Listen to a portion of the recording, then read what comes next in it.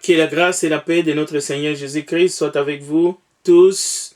Nous voulons présenter la parole de Dieu ce matin parce que nous avons reçu plusieurs de vos remarques et nous voulons dissiper les brouillards. Nous voulons que la parole de Dieu illumine nos cœurs et que nous puissions saisir la pensée de Dieu depuis l'éternité. Depuis le 1er siècle, l'apostasie s'est invitée dans l'assemblée des saints, dans les églises locales. Et il y a un épître en particulier qui nous enseigne concernant l'apostasie, mais d'une manière spéciale. C'est l'épître de Jude. Et Jude, nous savons, n'a pas beaucoup écrit, mais ce qu'il a écrit mérite toute notre attention. Alors, si vous avez à la maison votre Bible, comme moi, j'ai toujours la mienne ici à côté, nous allons tous l'ouvrir dans l'épître de Jude qui est à côté, pas loin de l'Apocalypse ou de première, deuxième, troisième lettre de Jean par là.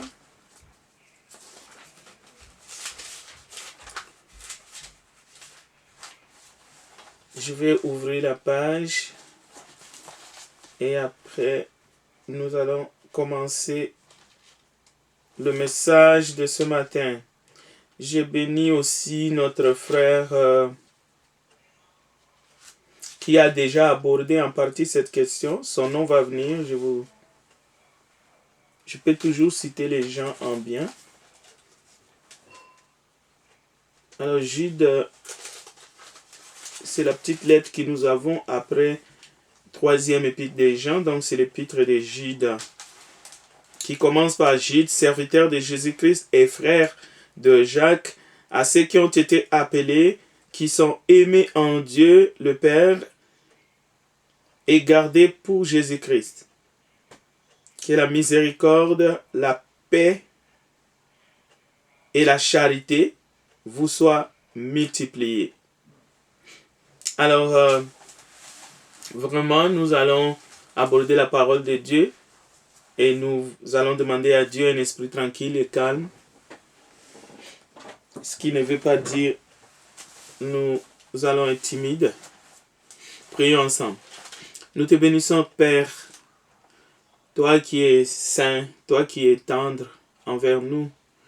Et tu nous as fait un peuple acquis par le sang précieux de Jésus-Christ. Nous te remercions pour ces beaux jours, cette grâce que nous avons de nous approcher de toi. Grâce à ta miséricorde et tes multiples bontés qui ne s'épuisent pas, mais qui se renouvellent chaque matin. Bénis cette parole que nous allons partager. Surtout, aide-nous à comprendre combien il est pressé, combien il est urgent pour que toutes les âmes acceptent cette grâce que tu nous offres à travers Jésus, afin d'être toujours prêts, car nous ne savons ni le jour ni l'heure. Bénis tous ceux qui vont nous suivre, même après. Bénis cette parole, car elle est la vérité. Nous te le demandons, Père, au nom de Jésus-Christ, notre Sauveur. Amen. Donc, l'épître de Jude commence par au verset 3. Bien-aimés, comme je désirais vivement vous écrire au sujet de notre salut commun, je me suis senti obligé de le faire afin de vous exhorter à combattre pour la foi qui a été transmise aux saints une fois pour toutes.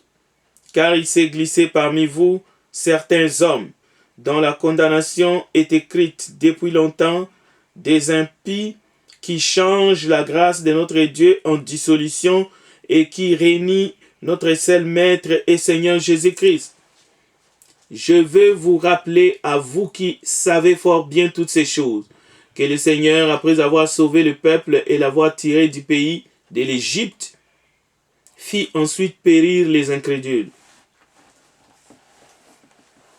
qu'il a réservé pour le jugement du grand jour, enchaînés éternellement par les ténèbres, les anges qui n'ont pas gardé leur dignité, mais qui ont abandonné leur propre demeure. Que Sodome et Gomorrhe et les villes voisines, qui se livrèrent comme eux à l'impudicité et à des vices contre nature, sont donnés en exemple subissant la peine d'un feu éternel. Malgré cela, ces hommes, aussi entraînés par leur rêverie, suivent pareillement leur chair, méprisent l'autorité et injurient les gloires. Or, l'archange Michel, lorsqu'il contestait avec le diable et lui disputait les corps de Moïse, n'osa pas porter contre lui un jugement injurieux, mais il dit que le Seigneur te réprime. Et au contraire, ils parlent d'une manière injurieuse de ce qu'ils ignorent, et ils se corrompent dans ce qu'ils savent naturellement comme le brut. Malheur à eux, car ils ont suivi la voie des Caïens, ils se sont jetés pour un salaire dans l'égarement de Balaam, et ils se sont perdus par la révolte de Corée. Ce sont des écueils dans vos agapes, faisant impudemment bonne chair, se repaissant eux-mêmes. Ce sont des nuées sans eau, poussées par le vent. Des arbres d'automne sans fruits, 2 fois morts, déracinés. Des vagues furieuses de la mer, rejetant l'écume de leurs impuretés, des astres errants, auxquels l'obscurité des ténèbres est réservée pour l'éternité. C'est aussi pour eux qu'Enoch, le 7e depuis Adam, a prophétisé en ces termes. Voici le Seigneur est venu avec ses saintes myriades pour exercer un jugement contre tous et pour faire rendre compte à tous les impies parmi eux de tous les actes d'impiété qu'ils ont commis et de toutes les paroles injurieuses qu'ont proférées contre lui des pécheurs impies. Ce sont des gens qui murmurent, qui se plaignent de leur sort, qui marchent selon leur convoitise, qui ont à la bouche des paroles hautaines, qui admirent les personnes par motif d'intérêt. Mais vous, bien-aimés, souvenez-vous des choses annoncées d'avance par les apôtres de notre Seigneur Jésus-Christ. Ils vous disaient qu'au dernier temps, il y aurait des moqueurs, marchant selon leur convoitise impie. Ce sont ceux qui provoquent des divisions, hommes sensuels n'ayant pas l'esprit. Pour vous, bien-aimés, vous édifiant vous-même sur votre très sainte foi et priant par le Saint-Esprit. Maintenez-vous dans l'amour de Dieu en attendant la miséricorde de notre Seigneur Jésus-Christ pour la vie éternelle. Reprenez les uns ceux qui contestent, sauvez-en d'autres en les arrachant du feu.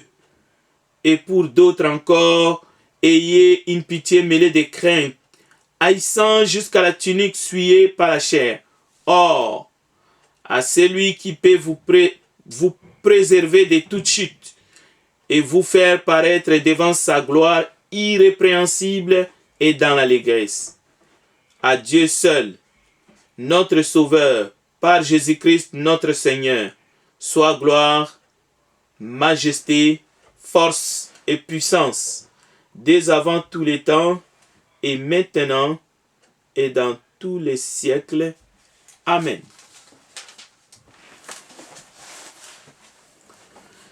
L'épître de Jude nous enseigne concernant l'apostasie au sein des églises locales. Déjà au verset 4, nous venons d'entendre, nous avons lu l'épître de Jude au complet. Au verset 4, on parle de la corruption. Mais une précision, c'est que cette corruption va continuer jusqu'au jugement dernier, à l'apparition de notre Seigneur dans les airs. Donc, ne vous méprenez pas, ne nous plaignons pas. Il s'agit donc de l'apostasie morale qui change la grâce de Dieu en dissolution.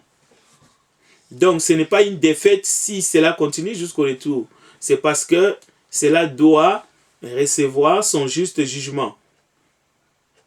Et en Jean, dans la première lettre de Jean, au chapitre 2, verset 19, il dit « Ils étaient sortis de nous. » Mais plus loin, c'est-à-dire dans le livre de Jude, ici, ils s'étaient glissés en corrompant. C'est-à-dire ils sont venus de l'extérieur et ils se sont glissés dans les églises locales. Vous voyez, il y a ceux qui sortent même de l'assemblée pour corrompre le reste, mais il y a aussi ceux qui sont venus du dehors et se glissent en corrompant. C'est ça l'épître de Jude. Bien que cette épître est courte, il y a des leçons immenses, importantes, que nous pouvons en tirer. Alors, une des leçons, c'est que le mal qui s'est infiltré au milieu des chrétiens ne cessera pas jusqu'à ce que le jugement les détruise. Donc, nous voyons aussi des avertissements. Dieu a toujours averti le peuple avant que le jugement arrive. C'est ici que nous entrons dans notre thème d'aujourd'hui. Parce qu'il est toujours question de l'attitude du prédicateur. Comment est-ce que celui qui prêche parle? Est-ce qu'il crie? Est-ce qu'il nous respecte? Ainsi de suite. Mais sans comprendre que toute cette pédagogie qu'on essaie d'imposer vient du malin pour disqualifier le message, le fond. C'est toujours pour persuader les âmes qui veulent embrasser la grâce de ne pas l'embrasser sous des prétextes, sous des théories. Des théories, par exemple, il n'est pas doux, et regardez ses yeux quand il parle, on dirait qu'il est en colère, mais les gens ne savent pas que les gens qui sont en train d'entretenir ces discours, ce sont des personnes qui se sont glissées justement pour empêcher que le fond du message soit accepté. Alors, revenons aux avertissements de Dieu à son peuple chaque fois avant que le jugement frappe le monde. Avant que quelque chose de grave arrive, Dieu envoie toujours un avertissement. Dieu prévient. Parce que Dieu ne se contente pas que les drames frappent l'humanité qu'il a tant aimé. Dieu, nous avons des exemples dans l'épître de Jude et nous allons voir. Commençons d'abord dans le jardin d'Éden. Dieu lui-même avertit Adam et son épouse et sa femme. Il leur prévient qu'en cas de désobéissance, la mort s'abattra sur eux. C'était un avertissement. Maintenant, on peut commencer à faire une sorte de dissertation quel était le volume de la voix de Dieu alors qu'il les avertissait, quelle était son attitude, ainsi de suite. Est-ce que Dieu était toujours un Dieu aimable? Est-ce que c'était avec amour que Dieu l'a fait en leur avertissant, écoutez, les jours que vous mangerez, vous mourrez, ainsi de suite. Dieu a averti Caïn en personne en disant, écoute, fais attention, le péché est tapis devant ta porte. Alors, Caïn n'a pas écouté.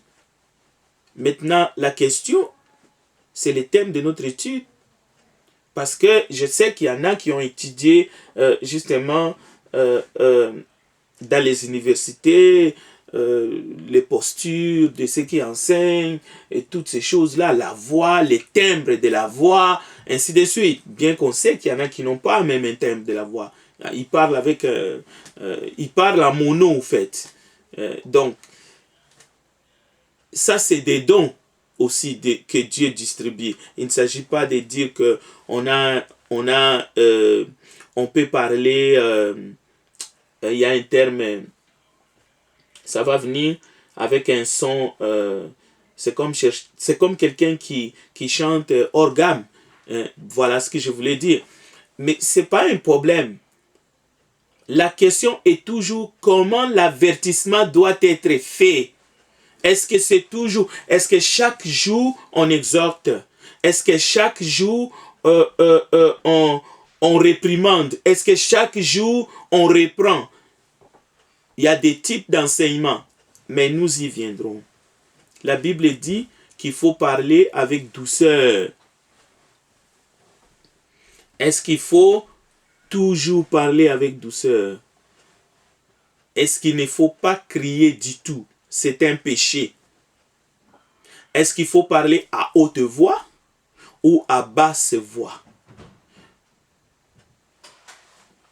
Il faut toujours regarder les gens dans les yeux, même ceux-là qui peuvent faire des grimaces au point de faire perdre l'enseignant sa concentration. Il faut les braquer. Il ne faut pas ouvrir les yeux, ça fait peur aux enfants. Nous allons y arriver. Je dois avouer qu'il m'arrive parfois de verser quelques larmes pendant ou après une prédication. Mais là encore, j'aimerais présenter peut-être mes excuses à l'auditoire, car ces moments, c'est toujours difficile de se contenir ou même de se retenir. Cela n'arrive pas chaque fois, mais il y en a qui se sentent comme blessés, insultés, et à cause de ces larmes chaudes. C'est comme si on basculait dans les émotions tout d'un coup. Ce n'est plus la prédication. Évidemment, on voit dans la Bible Jésus, même en parlant, ou devant la tombe de Lazare, ou dans d'autres circonstances, lorsqu'il Jérusalem, Jérusalem, toi qui tues les prophètes, ainsi de suite, ce n'était pas devant la tombe de Lazare à ce moment-là. Et c'est une préoccupation de certains. Mais ici, nous sommes dans le livre de Jude. Est-ce que le diable peut utiliser ses moyens pour essayer d'empêcher que la parole puisse atteindre le cœur fertile? Il soulève toutes ces questions. Est-ce que nous pouvons comprendre définitivement que les gens, les humains, les instruments que Dieu utilise gardent quand même leur côté, leur humanité, mais que la parole de Dieu, lorsqu'elle est authentique, lorsqu'elle respecte la sainte doctrine, reste la parole de Dieu, indépendamment de l'outil, de l'instrument que Dieu utilise? Doit-on clouer la bouche? Doit-on mettre le prédicateur dans une boîte de sardines pour leur dire vous devez parler comme ci, comme ça? Si vous élevez la voix, si vous n'êtes pas calme, on ne va pas vous écouter. Qui sont ces gens-là qui se sont immiscés comme des inspecteurs pour donner des notes à ceux qui prêchent, à ceux qui enseignent, sans même vérifier les Écritures pour dire ça c'est la sainte doctrine, ça c'est la fausse doctrine? Et comment les feront-ils parce qu'ils n'ont pas l'Esprit de Dieu? Parce que si vous n'êtes pas habité par l'Esprit de Dieu, c'est même impossible d'aller voir, d'aller distinguer le vrai du faux. Vraiment, il faut que vous ayez la grâce. C'est pour ça que les gens suivent aujourd'hui les faux docteurs, les faux enseignants, les faux prophètes. On voit qu'ils ont des milliers de gens. Leurs sites sont remplis. C'est parce que les gens qui les suivent n'ont aucun discernement. Incapables. Il faut que la grâce de Dieu se manifeste à travers des messages de serviteurs de Dieu, des serviteurs de Christ, qui vont les ouvrir les yeux parce que ce sont des aveugles qui suivent des aveugles. Est-ce que lorsque l'enseignement est prêché, c'est sans état d'âme? Il ne faut pas persuader les gens, c'est de la manipulation, alors que les discours persuasifs est condamné par les Écritures. Mais attention, il y a toujours moyen d'appeler les gens, d'insister, sans manipulation, bien entendu. Voilà. Lorsque Abraham, le moment est arrivé, il dit à son neveu, il n'est pas bon qu'il y ait des querelles entre moi et toi, entre mes serviteurs et tes serviteurs. Choisis, si tu veux aller à gauche, j'irai à droite. Si tu vas à droite, j'irai à gauche. Ainsi de suite. Ils se sont séparés. Abraham, ce qu'il a refusé, c'était qu'il n'y ait pas de querelle. Jacob, lorsque ses propres enfants ont vendu leurs frères et ils ont menti qu'un animal sauvage a dévoré leur frère Joseph, la Bible nous dit, Jacob a élevé la voix, il a pleuré, il s'est adressé à ses enfants. On peut penser à d'autres exemples dans la Bible. Jonathan devant David, ou Ézéchiel les sentinelles. Lorsque nous lisons dans les livres du prophète Ézéchiel, comment est-ce que les sentinelles doivent alerter, doivent sonner les cris d'alarme? Est-ce que il faut aller dire à Ézéchiel, il ne faut pas sonner pour avertir le peuple, il faut baisser les volumes, parce que si le son pour avertir le peuple qu'il y a un danger est trop fort, le peuple ne va pas écouter. On peut remonter plus loin encore dans les exemples. Parce que nous devons comprendre la parole de Dieu, l'esprit, pas la lettre. Parfois on comprend la lettre. Avec amour, avec douceur, ça veut dire il faut être là, sans état d'âme, sans insistance. Il ne faut pas persuader les gens. Il faut, vous devez régler les volumes de votre voix, sans timbre de voix. Il ne faut même pas s'indigner au fait. Ça veut dire que vous êtes s'indigner contre le mal, contre l'injustice. C'est la colère verte. Remontons dans ce qui se passe dans l'épisode de la révolte de Lucifer qui va devenir Satan dans les ciels. Il avait un tiers des anges de son côté. Il s'est rébellé. La patience de Dieu arrive au bout. Qu'est-ce qui se passe? Entre l'archange Michael, face justement à ces fondeurs de troubles, Lucifer et les tiers des anges. Comment ça s'est passé? C'était tout doucement, il n'y avait pas de bousculade, mais la Bible dit il y a un combat dans les ciels. Alors l'épître d'Égypte nous enseigne clairement, nous venons de le lire, qu'il faut faire attention. Il y a ceux-là qui sortent parmi nous pour séduire les gens, mais il y a ceux qui s'infiltrent pour séduire les gens. Maintenant, quelle attitude il faut avoir pour préserver donc l'assemblée de la corruption? Encore une fois, tout doucement, comme si, au fait, c'est la messe en latin.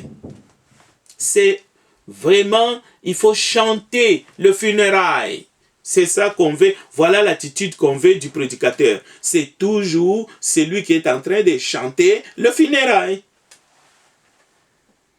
Comment Noé prêchait aux gens de son époque au sujet du déluge? Paul a prêché à l'aéropage. On va dire qu'il se défendait parce qu'il y avait tumulte. Mais d'accord, comment est-ce que Noé prêchait aux gens de son époque au sujet du déluge? On peut penser à Pierre les jours de la Pentecôte, à Jérusalem. Comment était sa voix? Est-ce que c'était une voix toute tremblante?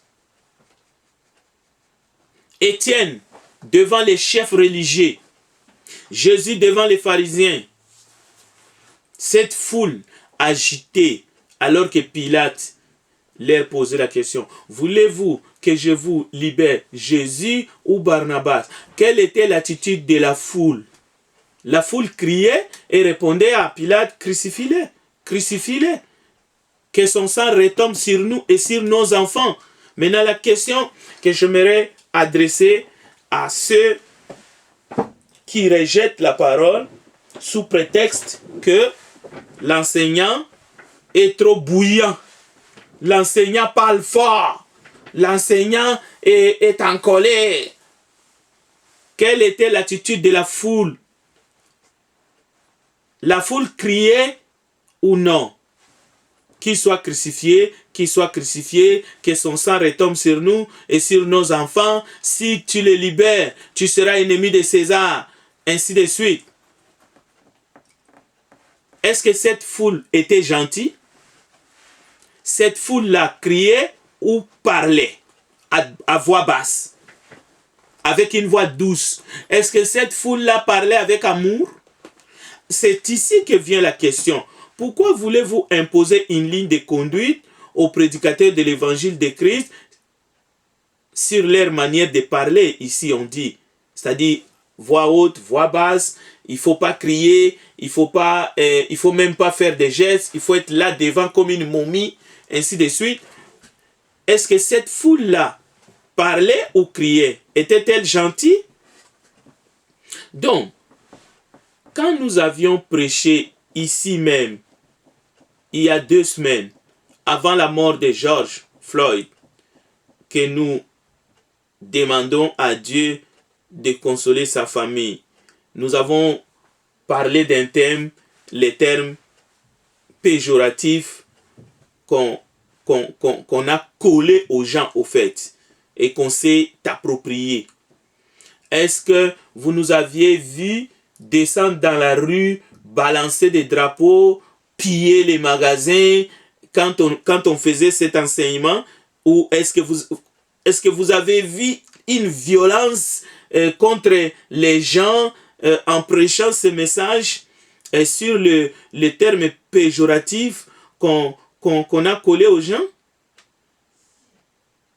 Et même Monsieur George Floyd était encore vivant. Est-ce qu'on a brûlé des voitures? Pas du tout. Pas du tout. Et on ne savait pas ce qui allait arriver demain ou après-demain. Mais Dieu le savait. Maintenant, pourquoi voulez-vous nous obliger, nous prédicateurs, de parler comme vous voulez? Pourquoi voyez-vous la colère et la violence chez les prédicateurs pacifiques, non violents, qui ne fait que prêcher la parole de Dieu et parfois même dire en avance qu'il y a un danger qui pourrait arriver à cause des attitudes des uns et des autres? Pourquoi voyez-vous la violence là où elle n'est pas? Donc, vous êtes de ceux-là, soit qui sont sortis de l'église pour empêcher que les gens écoutent la parole, ou vous êtes de ceux qui se sont glissés dans l'église pour empêcher les gens d'écouter la parole de Dieu. Voilà, c'est clair. Et nous devrions dire ces choses pour que les gens puissent savoir, lorsque vous êtes en œuvre, que vous êtes du malin. Dénoncez maintenant la violence d'où qu'elle vienne. C'est maintenant qu'il faut dénoncer la violence. Parce qu'il y a ceux qui parlent après. Ou qui réagissent violemment après. Mais dans la normalité, ils sont incapables. Parce qu'ils n'ont pas l'esprit. Ils sont là, lorsque la parole de Dieu est prêchée, pour dire aux autres, regardez comment est-ce qu'il parle. Regardez, écoutez les timbres de sa voix. Alors, Exode chapitre 19, verset 1. Le 3e mois, je lis dans Exode, le 3e mois, après leur sortie du pays d'Égypte, les enfants d'Israël arrivèrent ces jours-là au désert de Sinaï. Étant partis de Rephidim, ils arrivèrent au désert de Sinaï et ils campèrent dans le désert. Israël campa là, vis-à-vis de la montagne. Moïse monta vers Dieu et l'Éternel l'appela du haut de la montagne en disant, « Tu parleras ainsi à la maison de Jacob et tu diras aux enfants d'Israël, vous avez vu ce que j'ai fait à l'Égypte et comment je vous ai porté sur des ailes d'aigle et amené vers moi. Maintenant, si vous écoutez ma voix et si vous gardez mon alliance, vous m'appartiendrez entre tous les peuples, car toute la terre est à moi. Vous serez pour moi un royaume de sacrificateurs et une nation sainte. Voilà les paroles que tu diras aux enfants d'Israël. » Moïse vint appeler les anciens du peuple et il mit devant eux toutes ces paroles, comme l'Éternel les lui avait ordonné. Le peuple tout entier répondit, nous ferons tout ce que l'Éternel a dit. Moïse rapporta les paroles du peuple à l'Éternel. Et l'Éternel dit à Moïse, voici, je viendrai vers toi dans une épaisse nuée. Écoutez bien, afin que le peuple entende quand je te parlerai et qu'il ait toujours confiance en toi. Moïse rapporta les paroles du peuple à l'Éternel. Et l'Éternel dit à Moïse, va vers le peuple, sanctifie-les aujourd'hui et demain, qu'ils lavent leurs vêtements, qu'ils soient prêts pour le 3e jour, car le 3e jour, l'Éternel descendra aux yeux de tout le peuple sur la montagne de Sinaï. Tu fixeras au peuple des limites tout alentour, et tu diras, gardez-vous de monter sur la montagne ou d'en toucher le bord. Quiconque touchera la montagne sera puni de mort. On ne mettra pas la main sur lui, mais on les lapidera ou on les percera des flèches. Animal ou homme, il ne vivra point. Quand la trompette sonnera, ils s'avanceront près de la montagne. Souvent, Georges parle de il faut sonner la trompette. C'est une image de la prédication lorsqu'elle est prêchée. C'était un moyen de communication, sonner la trompette. Maintenant, faire une dissertation sur le volume de la trompette ou la manière de sonner la trompette, est-ce que le joug gonfle trop fort ou moins ou moindre? Parce qu'il y en a celui-là qui va sonner la trompette, il est tout à fait normal, sa figure est joviale, mais il y en a l'autre, quand tu sonnes la trompette, tu vois vraiment les joues, c'est comme si ça va éclater. Mais c'est quoi votre problème? C'est quoi votre problème? Vous êtes du diable. Alors, écoutez bien le verset 14. Ici, nous voulons voir que de le temps ancien, nous avons remonté jusqu'au ciel, alors que le diable, Satan, Lucifer est en train d'être précipité. Nous voyons que l'archange Michael n'est pas en train de jouer. Parce qu'il faut basculer cette créature-là. Le mettre hors d'état de nuit. Disons là-haut. Donc, maintenant, écoutez bien Exode chapitre 19, verset 14.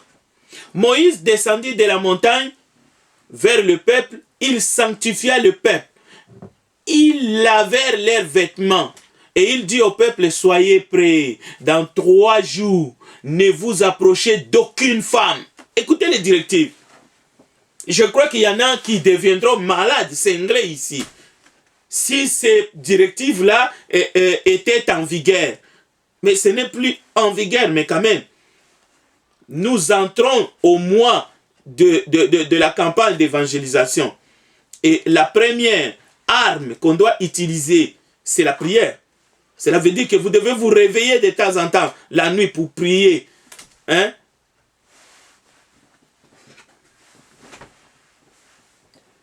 Soyez prêts dans 3 jours. Ne vous approchez d'aucune femme. 16.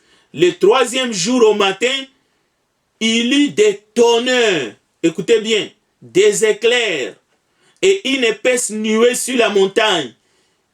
Le son de la trompette retentit fortement. Et tous les peuples qui étaient dans les camps furent saisis d'épouvante. Que vient faire ici le bruit des tonnerres? Est-ce que Dieu a besoin des éclairs, une épaisse nuée sur la montagne, juste parce qu'il veut s'exprimer? Pourquoi ne doit-il pas s'exprimer calmement pour vous faire plaisir?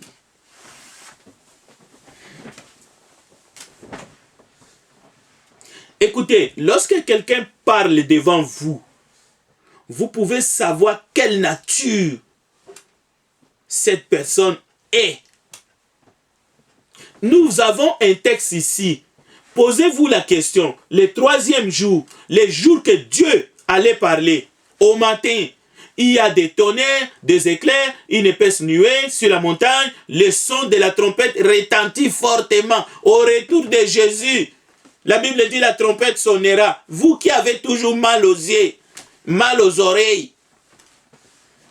Et pourtant, le volume du son dans votre voiture, c'est toujours... Votre maison, c'est un bar, une discothèque. Là-bas, le son est fort. Mais lorsque le prédicateur prêche fort, vous avez un problème. Non, c'est votre cœur qui a besoin que la grâce de Dieu pénètre. Écoutez bien, il y eut des tonnerres, des éclairs et une épaisse nuée sur la montagne. Le son de la trompette retentit fortement et tous les peuples qui étaient dans les camps furent saisis d'épouvante. Ah! Si vous êtes saisis d'épouvante parce que la voix est si forte et que le prédicateur est fougueux, ce n'est pas un problème. Vous allez vous retenir après. Parce que ce n'est pas de la violence. Ne confondez pas. La violence, regardez la violence. C'est des voitures brûlées. Ou bien, regardez la violence. C'est quelqu'un qui prend son genou et il le met sur le cou d'un être. Un être vivant. Et pendant qu'il crie au secours, les autres sont là debout. Ils font rien. Ils font rien. Et quand tu n'es pas fougué pour de vrai, quand tu n'as pas l'esprit pour de vrai, tu ne pourras rien faire. Tu es là. Il y avait des gens là. Tu ne peux pas t'approcher, tu ne peux pas parler parce que tu as peur de ta vie. Parce que oui, c'est vrai. Tu peux approcher et on te tire une balle à bout portant. Tu peux parler et on te tire à bout portant. Alors, le verset 17. Moïse fit sortir le peuple du camp à la rencontre de Dieu et ils se placèrent au bas de la montagne. Écoutez, la montagne de Sinaï était tout en fumée parce que l'Éternel y était descendu au milieu du feu. Pourquoi l'Éternel doit descendre au milieu du feu? Question. Cette fumée s'élevait comme la fumée d'une fournaise et toute la montagne tremblait avec violence. Allez-vous comparer cette violence avec la violence des hommes? Le verset 19. Les sons de la trompette retentissaient de plus en plus fortement. Lorsque nous prêchons, nous sommes en train de sonner la trompette. Alors ça peut aller de moins fort au plus fort. Mais nous ne sommes pas des acteurs de cinéma. Nous ne sommes pas des comédiens. Et la fin du verset 29, écoutez, les sons de la trompette retentissaient de plus en plus fortement. Moïse parlait. Écoutez, Moïse parlait et Dieu lui répondait à haute voix. Donc, nous pouvons prendre un exemple maintenant de notre côté. Là, nous avons vu du côté de Dieu, nous avons parlé de Moïse et nous arriverons. Nous y arriverons. Prenons un exemple mondain. Au cinéma, tout le monde est là, assis, tranquille. Et maintenant, attention, si vous allez au ciné, si vous voulez aller regarder un film, respectez la distanciation. Tout dépend de quel film. Ici, je donne un exemple. Je ne vous envoie pas au ciné-parc. Non, ce n'est pas mon but. Je prends juste un exemple. Et je ne dis pas que si vous y allez, c'est mauvais. Non, ne me comprenez pas de travers. Je prends un exemple. Au cinéma, tout le monde est assis. Maintenant, question. Les acteurs sur les écrans, n'écrient-ils pas?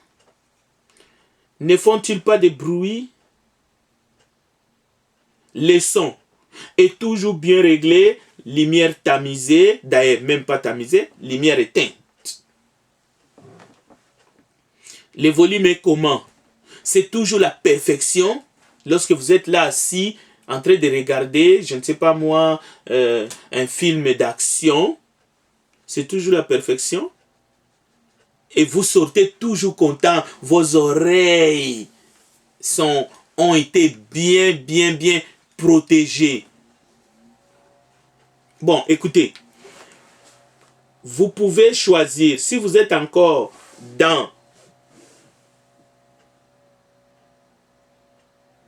c'est-à-dire vous suivez les messes en latin, vous pouvez faire une pétition et envoyer chez le pape pour que le messe en latin revienne. Mais aujourd'hui, lorsqu'on se réunit, lorsque la parole est prêchée, ce n'est pas pareil. C'est-à-dire, arrêtez vos histoires d'intoxiquer les gens qui aiment Dieu, qui aiment la parole de Dieu, avec vos discours bidons. Écoutez la timbre de sa voix, ainsi de suite. Écoutez, regarde comment est-ce qu'il parle. Sa voix, ainsi de suite. Il parle aux gens sans les respecter. Oh, c'est tout ce que vous savez dire. C'est tout ce que vous... C'est ça le fond du message.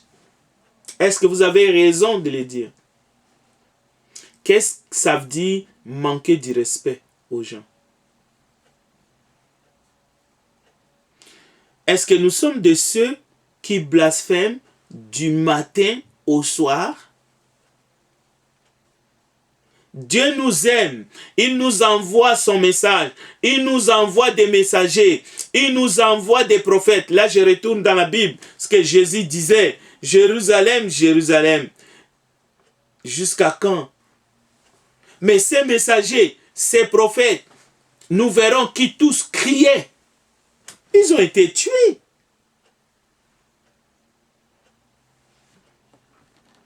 Vous trafiquez la parole de Dieu. Vous vendez même la parole de Dieu. Vous mentez au nom de Dieu. Vous voulez qu'on vienne vous caresser?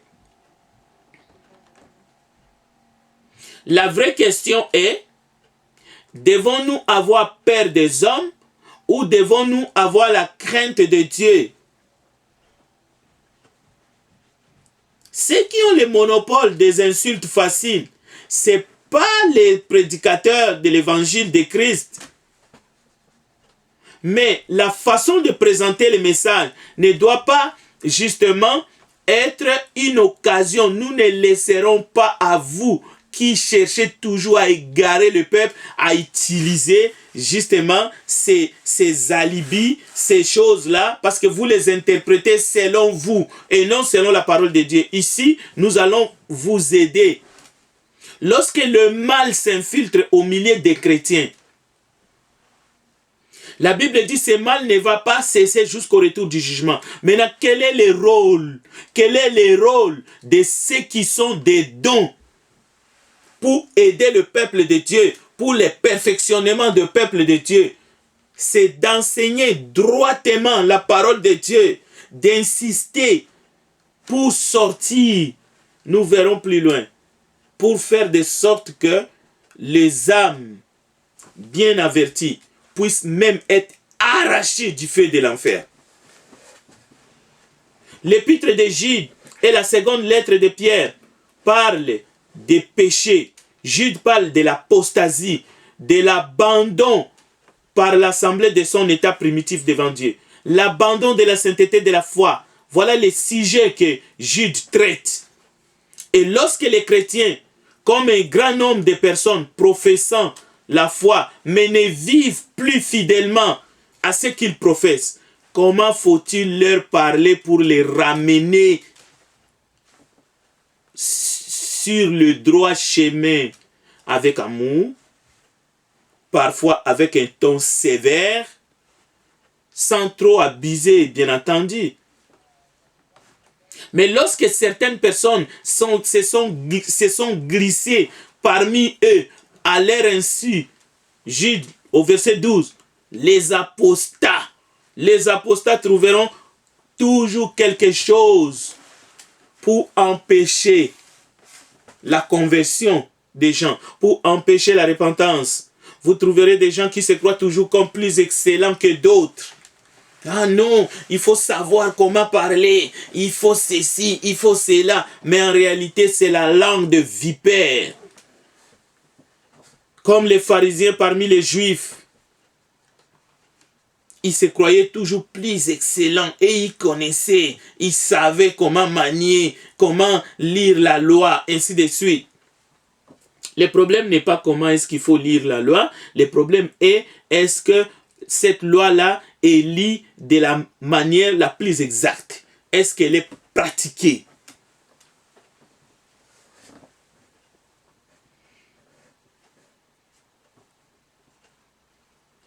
Jésus s'adressant aux gens dans Luc chapitre 13, écoutez le style qu'il utilise. En ce même temps, quelques personnes qui se trouvaient là racontaient à Jésus ce qui était arrivé à des Galiléens dont Pilate avait mêlé le sang avec celui de leur sacrifice.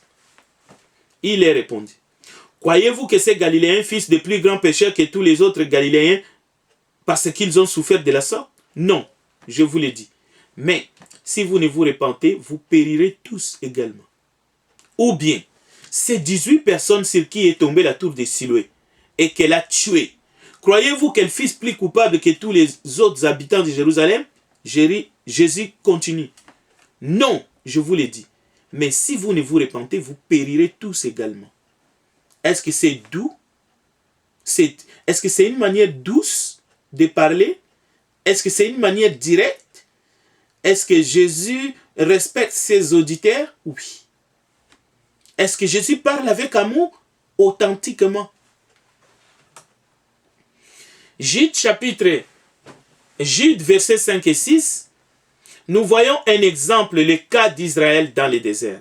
À l'exception de 2 hommes, Josué et Caleb, et celui des anges qui, n'ayant pas gardé leur état primitif, la Bible dit, sont réservés dans des chaînes des ténèbres pour le jugement du grand jour. Un autre exemple que Jude cite, c'est Sodome et Gomorrhe. Il présente l'immoralité et la corruption comme la cause du jugement. Est-ce que Jude manque de compassion? L'état de ces villes est un témoignage perpétuel de leur jugement ici-bas. Comment vivaient ces gens? Les gens de Sodome et Gomorrhe, selon les textes bibliques, ils vivaient comme bon les semble. Aujourd'hui aussi, il y a des gens qui portent le nom de Christ. Ils se disent chrétiens.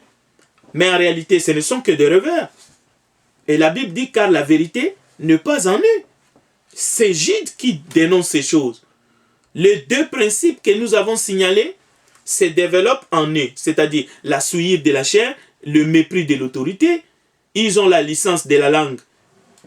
C'est-à-dire ils peuvent insulter n'importe qui et n'importe comment. Ils peuvent blasphémer.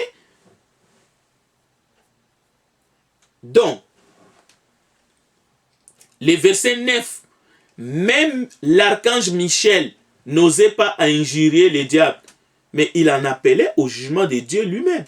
Aujourd'hui, en appeler au jugement de Dieu, pour certains, c'est devenu un crime. Non, non. Quand Jude décrit comment Satan introduisait ses agents dans les assemblées pour étouffer la vie spirituelle, ces hommes étaient des intrus. Et c'est Jude, c'est la parole de Dieu qui les qualifie ici. Les agapes, pendant les réunions. La Bible, ou l'esprit qui a poussé Jude d'écrire, dénonce énergiquement ces enfants du diable. Maintenant, c'est quoi le problème? Je demande à tous ceux qui ont à tous ceux qui sont des dons pour l'édification du corps du Christ. Évangélistes, docteurs, les anciens, c'est-à-dire les pasteurs, de ne pas écouter les intimidations de ceux qui sont désinfiltrés dans l'église, qui sont sortis de nous et de ceux qui se sont glissés, qui sont venus de l'extérieur et de quiconque fait des commentaires de nature à intimider les dons selon Éphésiens 4. Il est monté et il a fait des dons pour l'édification du corps du Christ en disant faites attention de la façon que tu parles, ainsi de suite. Non, n'écoutez pas les intimidations. Mais soyez à la disposition de l'Esprit. Soyez là où Dieu veut que vous soyez et proclamez la parole, la bonne nouvelle. Dénoncez quand il le faut. S'il faut reprendre, il faut reprendre. S'il faut exhorter, il faut exhorter. Et s'il faut réprimander, il faut réprimander. Ceci est un ordre. Lorsqu'il faut prêcher la bonne nouvelle, il faut la prêcher avec puissance. Pensez-y, avant même que la fin arrive, il faut que l'évangile soit prêché jusqu'aux extrémités de la terre. C'est alors que viendra la fin. Et la Bible nous dit, le Seigneur viendrait avec les myriades des saints pour exécuter les jugements sur tous les impies parmi eux à cause de leurs actes d'iniquité et des paroles impies qu'ils ont prononcées contre lui. Donc, c'est contre Dieu que ces gens prononcent ces paroles. Le système du mal que nous voyons aujourd'hui va continuer.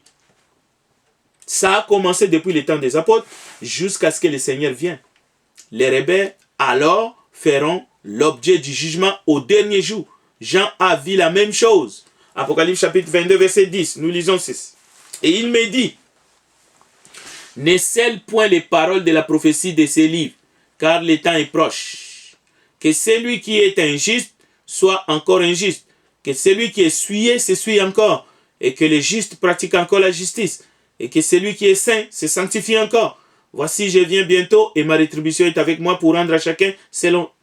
Donc, ne pensez pas que parce que le prédicateur parle fort, donc il veut que vous vous convertissez par la force. Non, loin de là. Le mal va continuer. Si tu fais partie de malfaiteurs, si tu fais partie des rebelles, ben, il se pourrait que vous allez rester comme ça, sans vous convertir, jusqu'au retour de Jésus, mais vous serez jugés au dernier jour. Donc, l'effort de prêcher, c'est pour que ceux qui vont écouter et qui vont se repentir, qui vont accepter la grâce de Dieu, puissent éviter l'enfer. C'est aussi simple que ça. Donc, ne dites pas, non, moi, je ne veux pas embrasser la grâce parce que le prédicateur... Mais ça peut aller plus loin.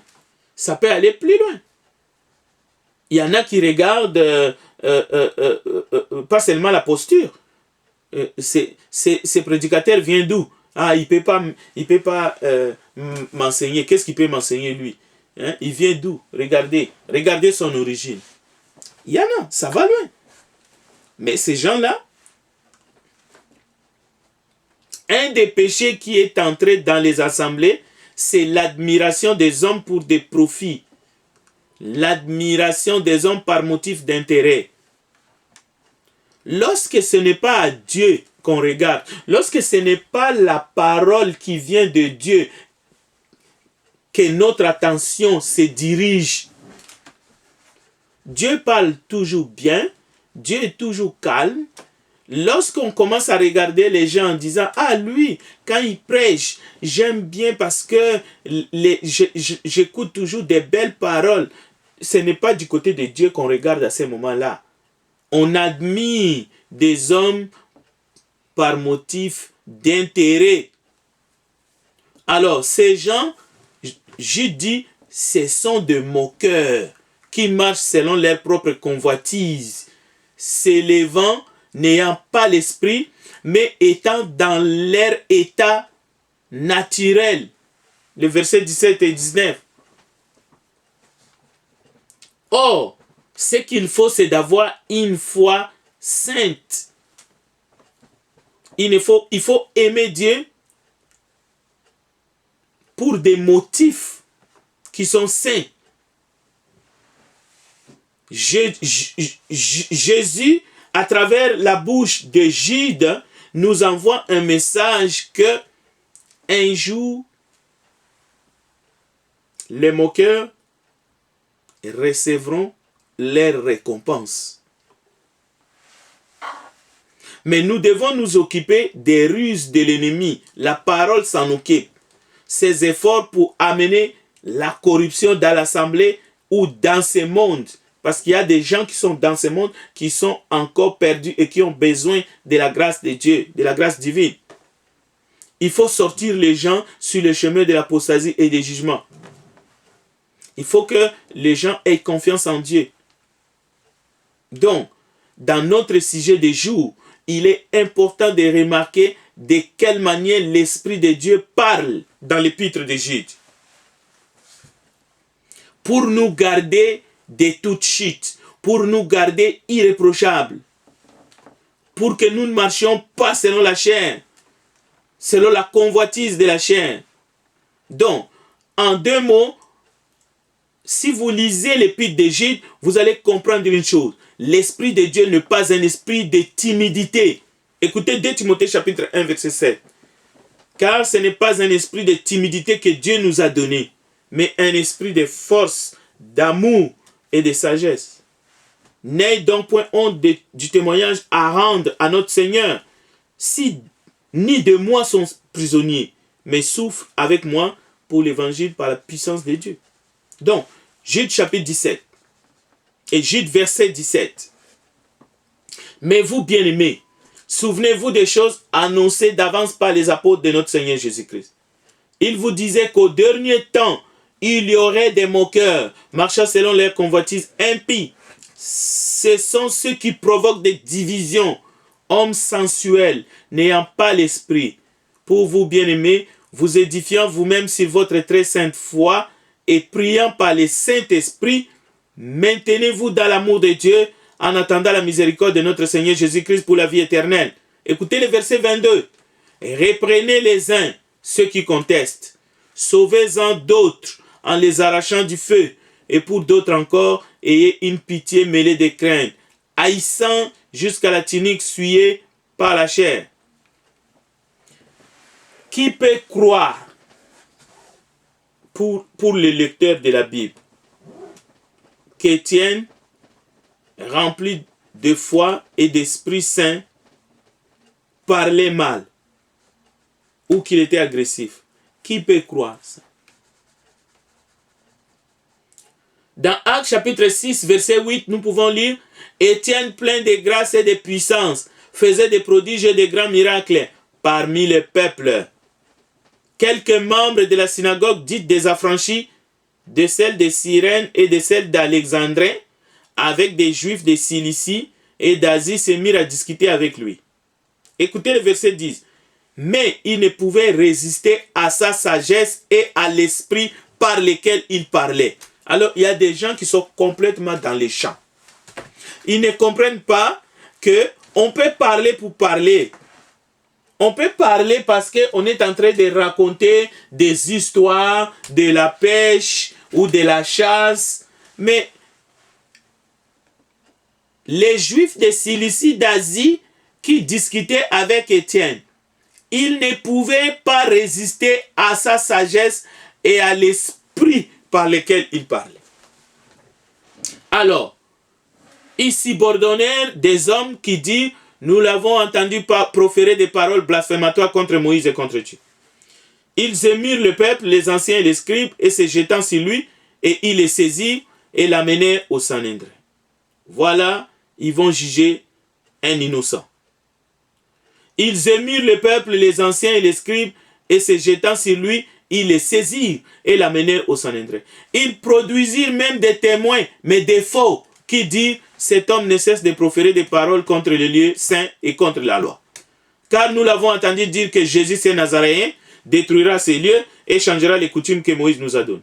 Tous ceux qui siégeaient au Sanhédrin, ayant fixé les regards sur Étienne, son visage leur parut comme celui d'un ange. Ce n'est pas une comédie ici. Là encore, vous allez dire, ah, regardez son visage.